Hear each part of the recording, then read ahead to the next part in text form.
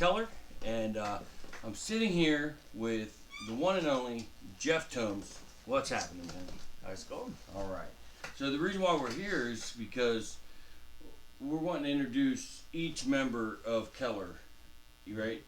You know, some people that don't know our history, don't know you, they just see you as this new drummer, and they don't.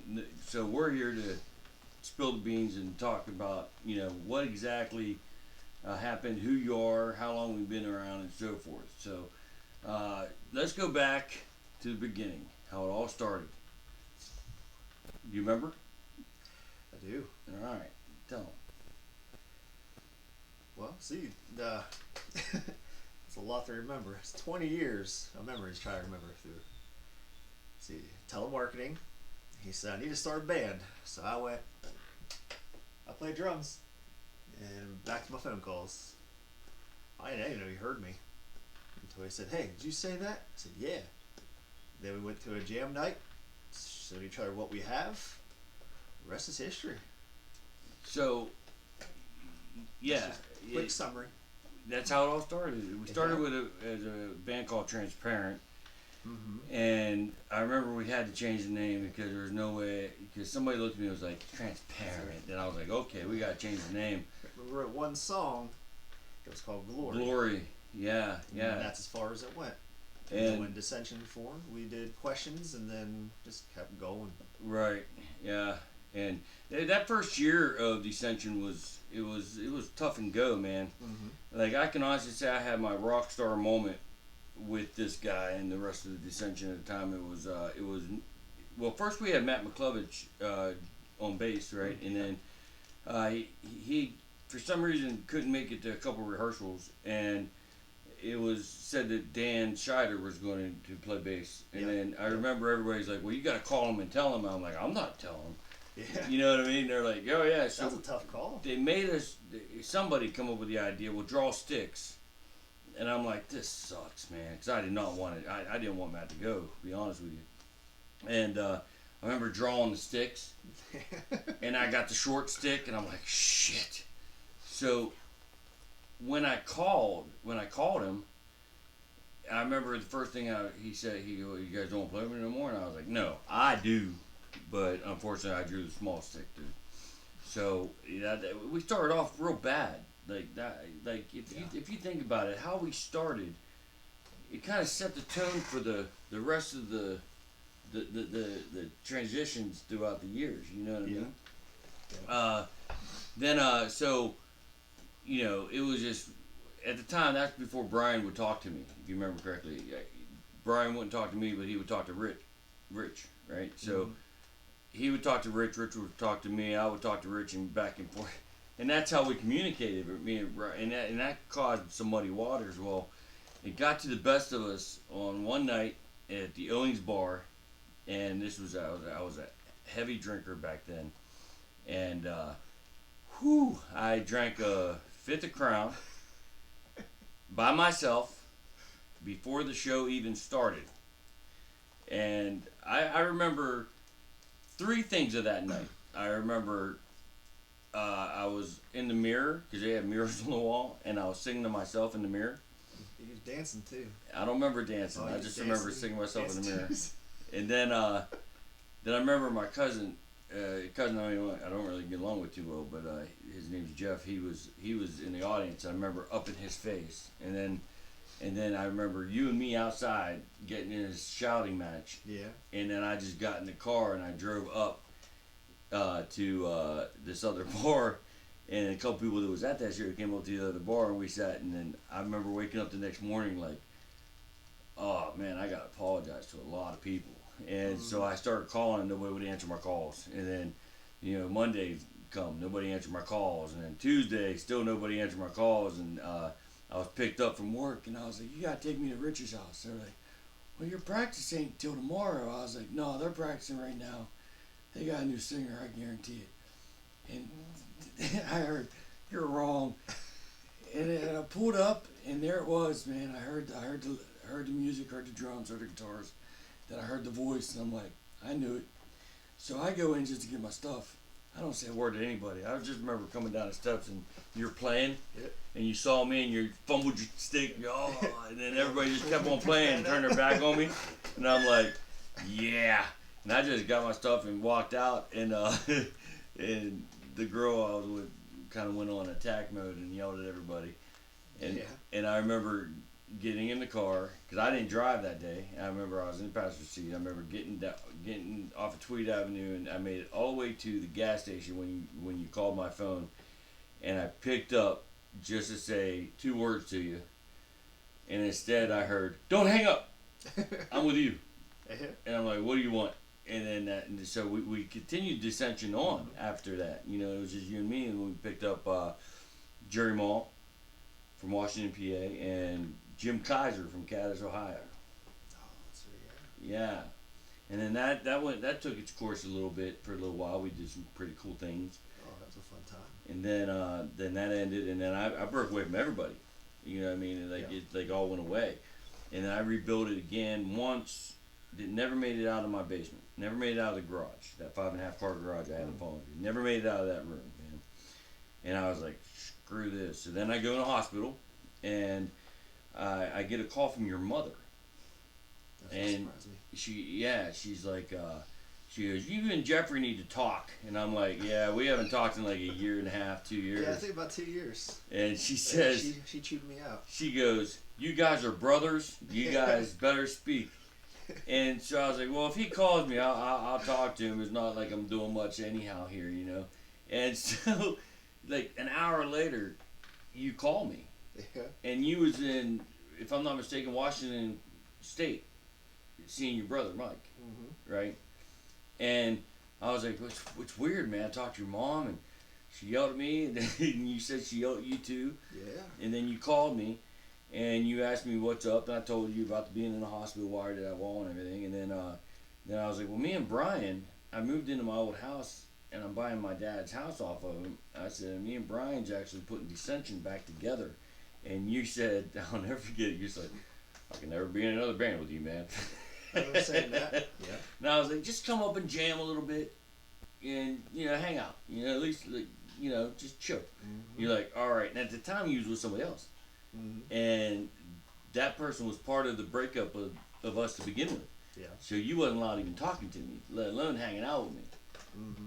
So I remember you had to make up a bunch of Yeah, stories. sneak around. Yeah, you had to make it like I was the Go in the store. I 4 felt like hours. a whore. Yeah, I felt like I was the other woman, if you know what I mean. So you came up, right? And you jammed, and then you got Kaiser, because Kaiser wasn't thinking about college either at the time, and all because of that last situation. Yeah. And it had nothing to do with me. We're gonna go on record. That had nothing to do with me. That had to do with all the girlfriends. That had nothing to do with James. Mm-hmm. But yet I suffered bad for that shit. So anyway, so you finally got a hold of Kaiser, and Kaiser agreed to come over. Remember? And first thing he says when he gets out of the truck is, "Oh, I'll come to jam, man. Well, I ain't getting in another band." He was with us for what, 2 years at that point. Yeah. That dissension went pretty good, and then I had to mess up, and I invited a female in, and to do 1 or 2 songs, and the whole band blew up at that point. Mm-hmm. But then we got back together. Yeah. We got Brian back, Yeah. and that's when we met our brother in heaven. That's Tom Smith. Oh, but you gotta talk. Oh, I'm going to. Try. Okay. I'm going All to, right. yeah. That's like the best tryout ever. So we got this guy in here, and he is not fitting well with us at all, whatsoever. And I'm already thinking, man, I'm trying to put this, this don't work, man. We're kind of screwed, right? And I had talked to a guy named Jay, and I said, man, if you know any bass players, let me know, because we need one. And he goes, oh, I got somebody. I said, well, here, have him show up on Wednesday at this time or whatever, and we'll be practicing.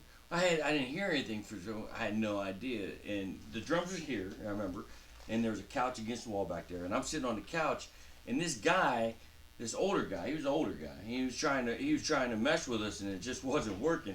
And he was standing like off to this side, and there's a big picture window here, right? And so we're sitting there, and I'm watching this guy trying to learn these songs with Brian Davies and Jeff Tomes, and he's doing his best, right? He was fumbling like crazy. Sorry, he had a piece of my dog hanging off his beard. But Giant length.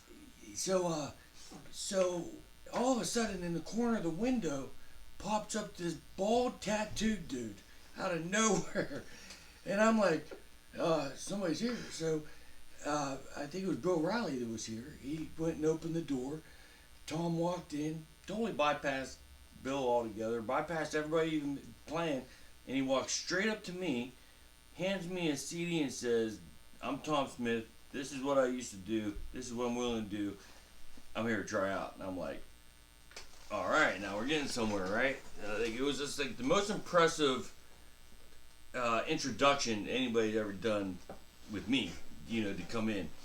So he had the guitar, he had the demo, he had the story. He just didn't have a chord to plug in his bass, and he didn't bring a bass amp. So the poor guy that was trying out had to stand there and watch us pretty much hire Tom Smith right in front of his face. With his cord. With his cord, his amp. And finally he's like, "Oh, I gotta go, guys." And Tom's like, "Yeah, I can bring my stuff tomorrow." And that's how it all started. And then we were doing, all these different things, just trying to get into Pittsburgh. I think that was our biggest thing, was breaking into Pittsburgh. We've been trying since 2005. Here we are, 2009. Ain't done it yet. And Bill Riley signed us up, and I've always said the same thing. We will not do a battle of the bands. I don't want to battle other bands. I don't want that feeling of having to compete with somebody. Yeah. You know what I mean? But he signed us up for the battle of bands anyways, and he goes, "It's in Pittsburgh." I'm like, "Oh, at the Altar Bar." Oh. Yeah. And then we got a hold by, remember what was that guy's name? Tommy, what was his name? That Blaze guy. Tony something. Gets a hold of us, talking about Blaze Records USA. He wants to sign Dissension. And we're like, holy shit, we're going to get signed. Yeah, it's a good feeling. This dude got to the place. This dude called the media place. Remember, before we even went to sign the paper, he had the media here. Like, Weirton Daily Times was here. Herald Star. They did a sign. they talked about us signing on. And we went up, and then we got to his house, and it's like, oh, this is it. This is not what we thought it was going to be. And we have already lost Bill Riley as our manager at that point, because he insisted that we not do this, and we did it anyways. Mm-hmm. One of the worst decisions ever. It was interesting. So, that was for sure. But we broke into Pittsburgh. Because of Bill Riley, and we did it at the Altar Bar at the Battle of the Bands. It was the last day of 2000. Well, it was December 30th, right? So we still had one day left of 2009, or was it 2010? I think 2010. You kept telling everybody Happy New Year. Yeah, and it was all confused because they're like, it's the 30th. It's not one day away. Right, so like pretty much, that was the last show at the Altar Bar for that year, though. That's what that's what kind of got me. So anyway, I remember the first band playing, and I remember gathering you, Tom, and Brian outside, right, and then Tom and Bill Riley almost got into it outside. I had to stop that from happening because Tom just didn't hold back his thoughts, and I'm like, shut the fuck up, right? But I remember pulling everybody aside saying, "Man, we don't have a snowball chance in hell on winning this thing. So let's just go up there and let's just give them what we got. Let's have fun. Don't worry about winning or losing, and we'll go from there." Everybody agreed. And then what happened? You remember? Yeah, we're all sitting in the crowd, away from each other, and we hear our name as we won. And we all found each other somehow. We're like, "What did he say?" Yeah. Yeah, I remember that one. Yeah. Because I remember I was by myself. I thought it was a mistake. Yeah. It definitely was not. I remember our name being said that we won that, and I went, and I looked at the person next to me, and I'm like, "What'd she say?" Right? Like, and then I started spanning the room, and the first person I found was Tom, and then I found Brian, and then I'm looking for you, and there you are over here, and we just all locked at that point. And yeah, we won that, and that was our beginning stages. Now then you left after that. You know, not long after that. It was like the next year. I had brain surgery, that March, right? Yeah. And then, well, we had our first national headline in the national act that we opened up for. Oh, The very yeah. first one was at where? The Hard Rock Cafe. Our cafe with the Bullet Boys. Smooth up in ya. Yeah. And I forget the other band's name. Sacred Dominion or something like that, right? Yeah. Is that what they were? Mm-hmm. And you had an issue with the drums. You play on anybody's equipment, you're used to your own. Just if your microphone even, Right. you got that certain feeling Right, on your yeah. stuff. So Mhm. you play on somebody else's, and it just, they don't have the same setup. They might be missing a cymbal. They might have an extra one. They might be rude to you. We won't get into that. We'll let that one go. But you know, you try to adapt the best you can. But we did that shit, man. We did. We blew that out of the water right there. And then we went in the studio Mm-hmm. and did the EP Stage of Existence, and we was way before of our time. Like we was way ahead of ourselves, I think. You know what I mean? None of us knew what the hell we were doing. We went in there thinking we knew everything. And Oh, yeah. We didn't know anything. No. But we put out Shades of Existence, and to this day, the only song I ever regret writing, and I didn't regret it for the longest time, and I'll get to why I regretted it in a minute, but the only song I ever regretted writing in my whole life was All's Gone. Right? It's a good song. It's a great tune. It's just this the only song I've ever regretted singing. And I will tell you why. Like, all right, so after you left, we opened up for Trap, Fuel, Saliva, and all that, right? We was opening up for, I think it was Trapped, right? And we closed out with All's Gone, right? And somebody that's friends with my family, real Christian, real godly person, right? Saw the video on my line and asked me one simple question. And I remember I got so heated. I said, "How dare you ask me that question?" Because she goes, "Are you saying you to God?" And I'm like, "What's wrong with you?" And I lost my mind, right? Mm-hmm. And I still didn't. You would have thought that would have woke me up. All right, stop singing that song. That just you're better than this, right? But no, it was a couple years later, right? We opened up a Puddle Mud, and I left the stage and I went up on the Altar Bars bar, right? And it was the night before I had a surgery on my stomach. It was the night before, and this is where I introduced T.J. McDivitt as my replacement. And so he's up there he doesn't have a guitar. He's just up there singing the backups, just whatever. This little bald-headed dude, they didn't know who he was, you know. And I'm up on the stage, and every time that chorus line hit, that FU hit, the lights of the altar bar lit up, and I can see from the VIP all the way. I mean, there wasn't a soul in the room I couldn't see with one glance, right? And I was just saying, there was butts to nuts in there. It was packed. And what got me to stop doing that song altogether. Well, I still did it one more time after that, but after that, but I didn't sing it. I got to the point where I didn't want to sing it no more. So every time I got to the chorus line, I just hold the mic out, right? And I'm up on the stage. I'm up on the bar. The band's up on the stage, and all eyes are on me when the lights go up, and I'm like this, and I'll never forget looking down, and this guy had the 6 or 7 year old kid up on his shoulders with these big earmuffs, to protect his ears, right? And that kid's looking at me with both middle fingers in the air with the meanest look on his face going, "Ah, yeah." And I'm like, and I seen that, and I'm like, I'm going to hell. That's my fault right there. And so they insisted on me doing that song again, after the surgery, because after the surgery, it was like we opened up for Hinder, and I wasn't going to do that show. I wasn't allowed.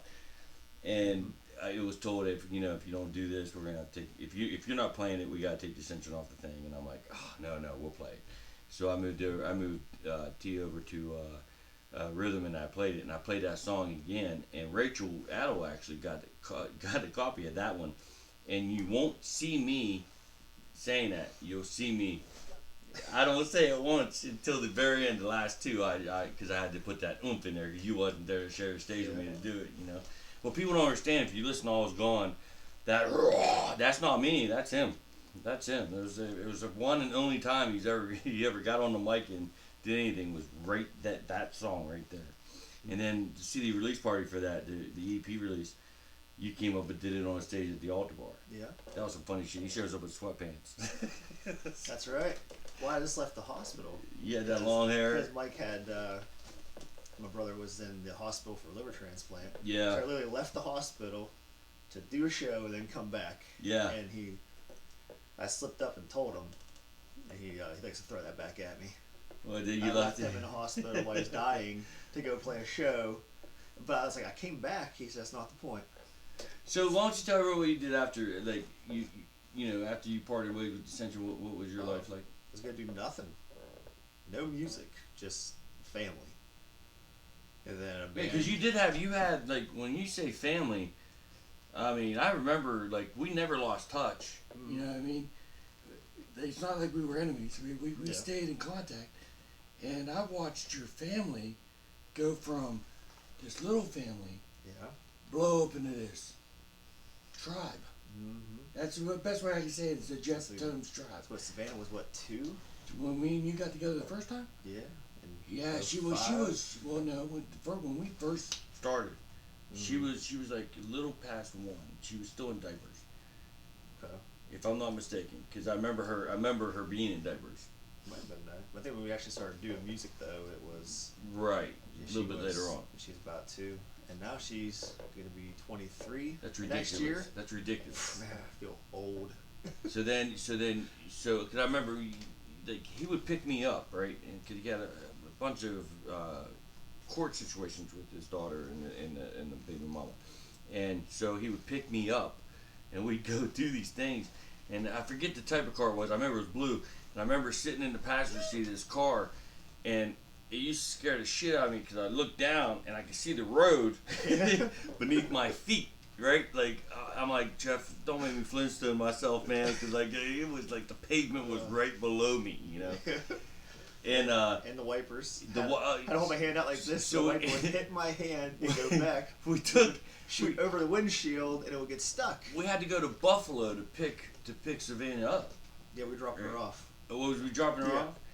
And we hit this monsoon, and you can't see 2 inches ahead of you. And here we got our arms sticking out trying to wipe the window because the wiper blade just didn't work. I got the road underneath of me. Oh, it was a death trap, man. I can honestly say, not until we started doing the Point of View album did I ever drive a death trap like that. Until I borrowed a car from Tom Gruder. I'll get to that in a minute. So okay, so you had the family. Yeah. So you married your girlfriend at the time, Melissa Tomes. You were still in Dissension when you guys got married. Yeah. Yeah. Mm-hmm. Yeah. I was there. My aunt knows too. Yeah. Boy, she was alive still. Her story would be a little different than yours. We can't tell that story here. Oh, yeah, because no. kids might see Yeah. this. So anyways, let's just say his aunt liked me a lot.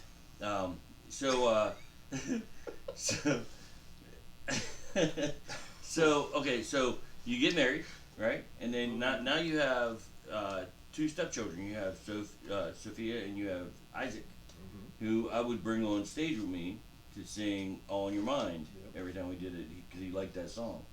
And so she would come here and play with my dog Dexter, and my dog would run her over like crazy. Flower. And she just get up laughing. I'm thinking, oh shit, he's killing her, and she's laughing, having a good time, and he, and so that she was like really young. And then after you left, you had 2 more. You had Joe, And Penelope. and then Penelope. Is that correct? In that order, right? Am I correct on that? Yeah. I never know who's older, who's. At first, I thought they was twins for the longest time. You get 5 kids. It's kind of. Yeah. Who are you? Oh, you're my Yeah. So okay, so other than the family, then because you left Ascension, and before the family exploded out, you joined the show. Yeah, they needed help on a festival they were doing, and then I came and saw you at Stage AE. that was Stage AE. And But then- that was after they had opened for Red Jumpsuit Apparatus Yeah. and already the songs. And then So you I opened said, up for okay. Filter And at the altar bar Yeah, the Filter. with them. Yep. That And was the then- time where Melissa, your wife, gave me the most awkward hug of my life. I've never had an awkward hug like that. I walked up, I'm like, hey Melissa, I gave her a hug, and she just, and I'm like, oh shit. Well, you guys cleared that up later. Yeah, we'll get to that too. Years later. Now keep my years, all right? So keep that years in mind. So then, so I have the VIP up there, and we hang out up there at that show, and watch it. It was pretty good. What I liked about that show was Filter singer did a James Keller, because they always told me that I was the only guy in the altar bar that would go up to the balcony, you know what I mean, off the stage. And Filter did that. He walked up and did half a song up on the balcony and came back down on the stage. And when that happened, Brian Drusky looked at me because Brian was in the room with me, and he goes, "See, even Filter imitates you." Like that, and then everybody got a big old laugh on it. You know what I mean? But so I saw you at the show there in those 2 points, and then after the show, I stopped again. You did, Yeah. but I brought you back in again Yeah, that was with Joe. Joe, and then Guido. Yeah, I forget our guy's name. dude, I did not remember. I can't- He was here forever. He was here There was like once. He was here once. and wasn't there like he, 4 practices here before you guys moved to your house? But he was only there for one. Oh, okay. All right. Then- I don't remember that. And then we got a hold of Guido's buddy Chad, and then we Another circle thing. we did a whole bunch of fun stuff. It was definitely one of my funnest bands I was in. Well, I Not started gonna lie. telling you. No, what I I started. mean, it was. It was a lot of Essentially, fun. it was all stress and chaos. It was learning, kind of learning how to do Right. everything, and then with the show, I learned a lot of The metronome, the and business and side and the the metronome. timing of it. Yeah. Yeah, so I mean, learning the business side of the music and the metronome, I was able to bring all that in with Still Searching, and we were able to do a good bit. But then, things happen, and we all went our separate ways. The funny thing about Still Searching is I always think, every time I think about it, I think about when you guys you went to Innovation Studios with Mike Offka, you guys did the 2-song demo. Mm-hmm. And Guido Magnone, I love Guido to death. I'll always love Guido. He's a great guy. He's Guido. That's all I can say. You can't not love Guido. But I mean, you meet him, and you're Yeah. just like, you're like my new best friend. he, Like, you can't be upset with Guido ever. You I can't can be ever- upset with Guido Well, I'm every once in a talking while, about but me. yeah, I can't. I you get know, upset with him every now and again. Yeah, I'm like, me- man, I want to me, choke I, you, but I can't do it. I He's can't a choke him great because I love guy. him. Yeah, he's a great guy, very great guy. So he calls me on the phone. He goes, "Hey man, I got your CD," and I'm like, "What?" I just woke up, right? I just woke up, and so he's like, "Yeah." He goes, "All right, man, meet me in the studio." Right? So I come walking in, and I open the door. He's right there at the door, and I open it up, and he hands me the CD. And I'm like, "Thanks, man." He goes, "That'll be $2." I'm like, "What? Oh, $2. yeah, hold on one second. I had to go. I charge you $3. I had to go in and find. I tracked down $2 nowhere. I didn't even know you guys even went in the studio until he called me and said it was ready. I had no idea. We're doing great. It was funny. So yeah. So okay. So then the ending of Still Searching happened. Yep. Right. And then I picked up one of your old members. I picked up Chad, the bassist. Right. And he came in. A few And years later. yeah. Yeah. Brock, TJ McDivitt, Brock Burkheimer, TJ McDivitt, and Chad Graham and myself, we formed Keller. Mm-hmm. And then we started it around the last of June of 2019, and we didn't tell anybody. And then we got hit right when we were supposed to come out, on all cylinders. COVID happened Mm-hmm. and forced everything. The whole industry kind of went down. Yeah. And when we got back up, we did the Bumblefoot show, which is to this day one of my favorite shows. Only because not because of who I was on stage with TJ, Chad, and Brock, but the fact that for 10 minutes,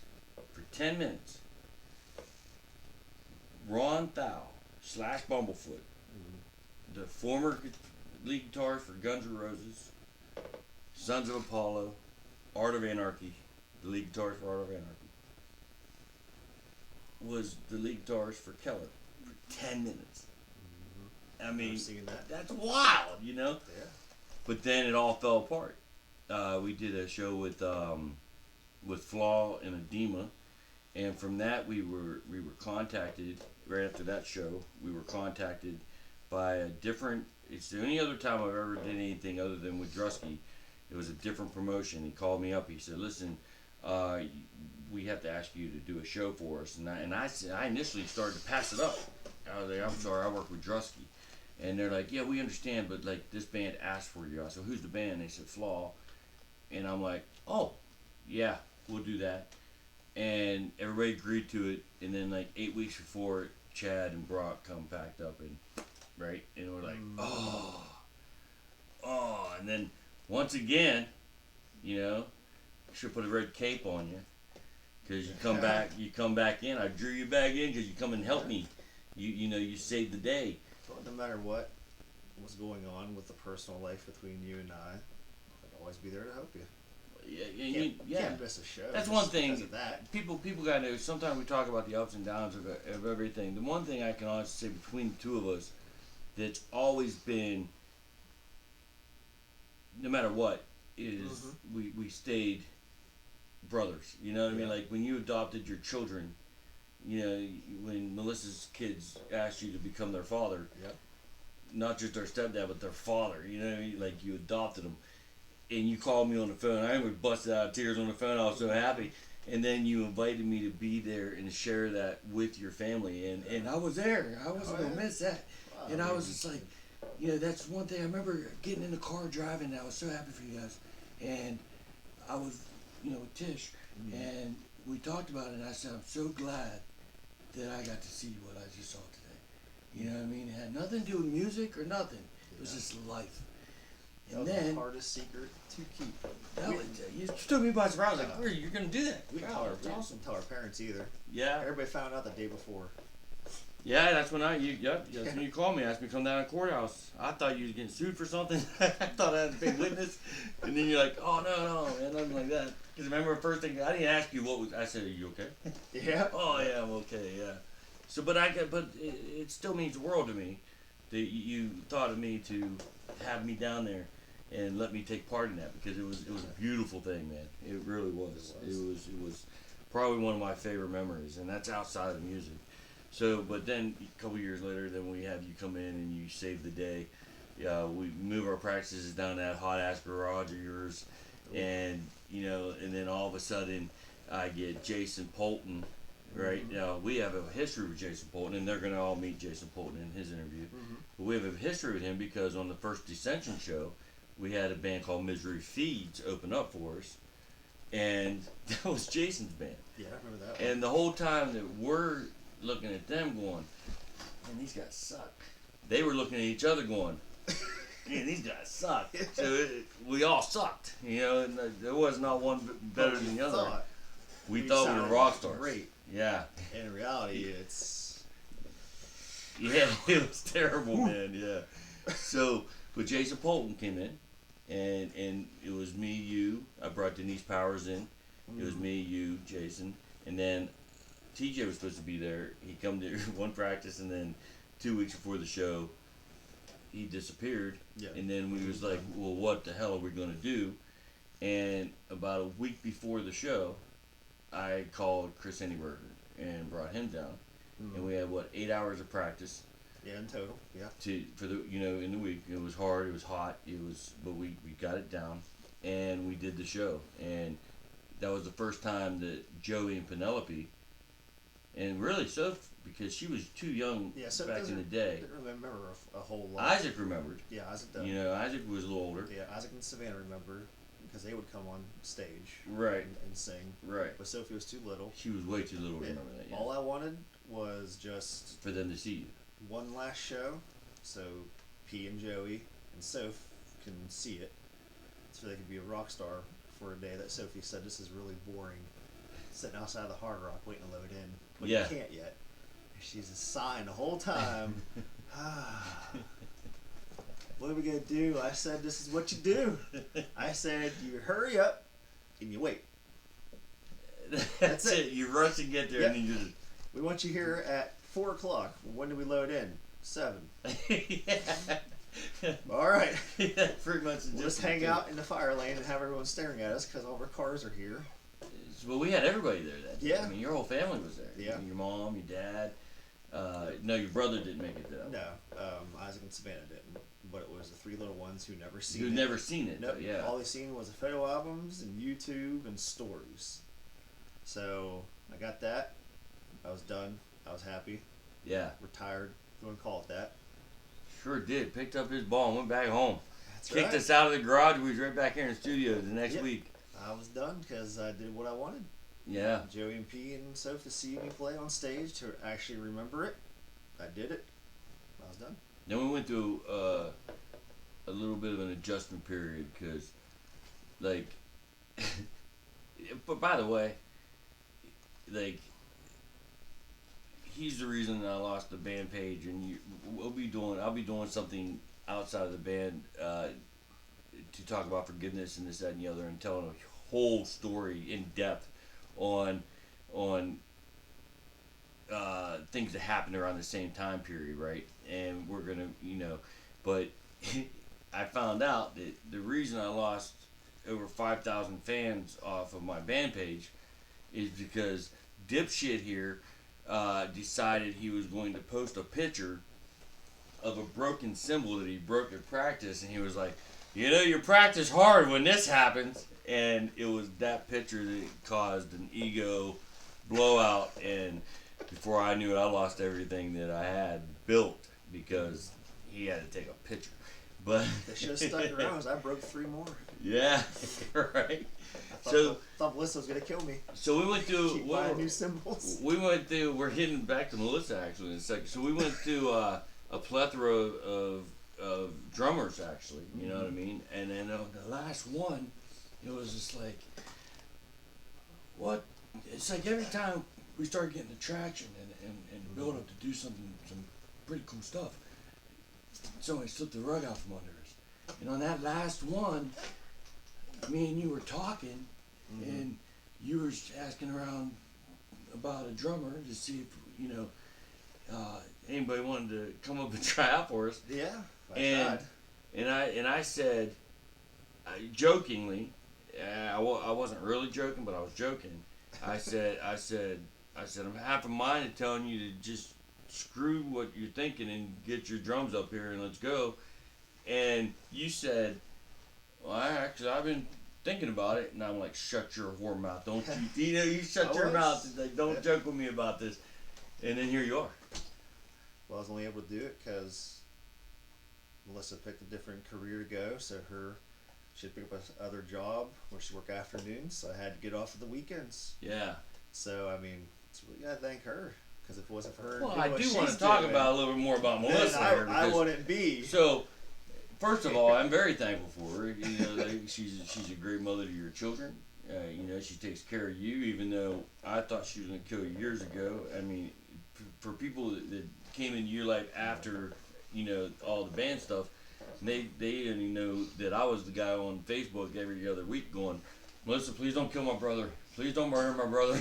You put that girl through some shit. Well, I Right. thought this was going to be live, so I was going to have my hoodie on, and I was going to bring that shark. Oh. But it's not live. Yeah, it's not live, man. So You I could was have still like- brought the shark. like, That well, would have been fun. There goes sitting there scared the crap out of you. No, I don't think I would have been scared of a hand puppet, but Oh, you never know. so She didn't either. so you come back, right? You come back, you officially join Keller, Mm-hmm. and then what is like we're setting up the drums, we're loading you in, and we don't tell anybody, No, right? We call you. What would you say your name was? Tony something. Tony, yeah. And then I sent that picture to him going, my name's Jeff. Remember? And then I would find out, I talked about something happening to me, and Melissa comes out in left field and was like, couldn't happen to a better guy.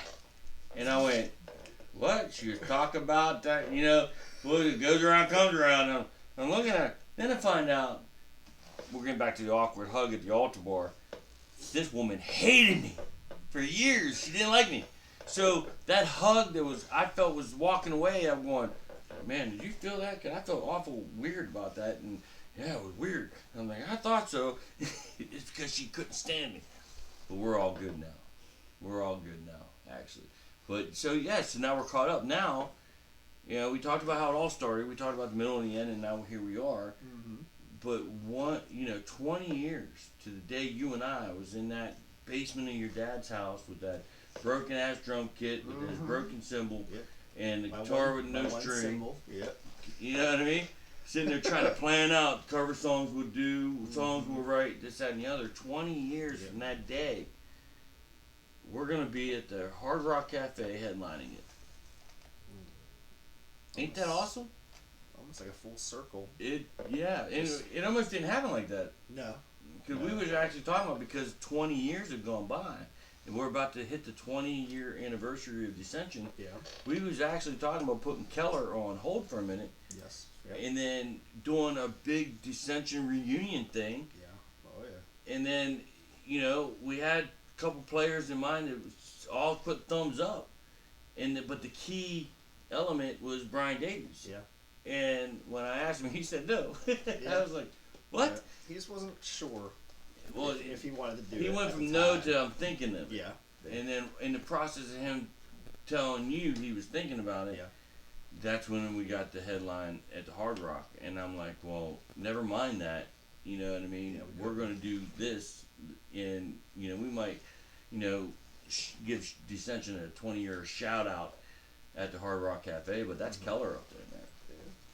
Yeah, it's only respectful to give where we started to now. Yeah. It's only right to give a shout out. Yeah, well, we gotta give a shout out.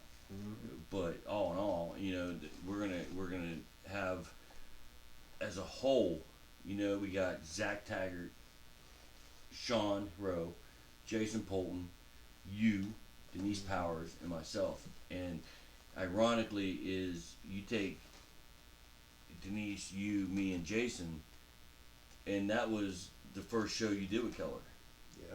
as Keller, right? Where at the Hard Rock Cafe. So it's like it seems to me like the two words Hard Rock. You put 3 cafe in there. I forgot about the cafe. But Hard Rock Cafe, and it kind of solidifies pretty much our whole. Every single time we do something, it ends up at the Hard Rock Cafe. Each chapter. You know. Yeah. Yeah, because we opened for the Bullet Boys there, First National. Yeah. My last show was supposed to be Flaw, Yeah. another national band, at the Hard Rock. Yeah. And here we are again. And now we're in a headline. But now it's Hard a Rock. headline on a Friday. On a Friday night, we never All get a Friday things night. in Pittsburgh. We always get Tuesdays, Mondays, Tuesdays, Wednesdays, Yeah. Thursdays, Sundays, Yeah. Sunday nights. But never a Friday, never a Saturday, not in Pittsburgh. No. And we finally have a Friday night in the Station Square in Pittsburgh, Pennsylvania, Hard Rock Cafe. So I wanted to take this opportunity to introduce you for the people that know you, to see you online, to see that you're on the drums now, who've been to the, even like a Storm show that, we just did, which was fun. Oh, absolutely. But they see you as the drummer, but nobody really, we haven't taken the chance to introduce you to the Keller crowd now, and I want them to get a chance to know who you are. They are not missing anything. I'm boring. He told me that he didn't have to worry about anything because he was too gorgeous. That's what he right. said. So look at this face. It's all here. But hey, man, thanks for sitting down with me, and I'm looking forward to the show, bro. Yeah. All right. Catch us March 28th, live at the Hard Rock Cafe. Ladies and Yeah. gentlemen, this is Jeff Tomes, the drummer for Keller. Yeah. And what? And unlike any other show, we will have merchandise at That's this right. show. We will have tumbler cups, Tumbler cups, T-shirts, T-shirts. and a couple other little surprises that we just can't say yet. Got some CDs to sell, physical CDs. And then a few other things that we're Got still working on. a couple original Keller shirts. Yeah. Got a couple of the second original Keller shirts you had made for the thing that says it's not Killer, it's Yes. Keller. Yep. Got a couple of those in different Yep. assortments. But then we're having one made for the show Yep. Which you will see. soon. Yes. See you guys. Thank you. Bye.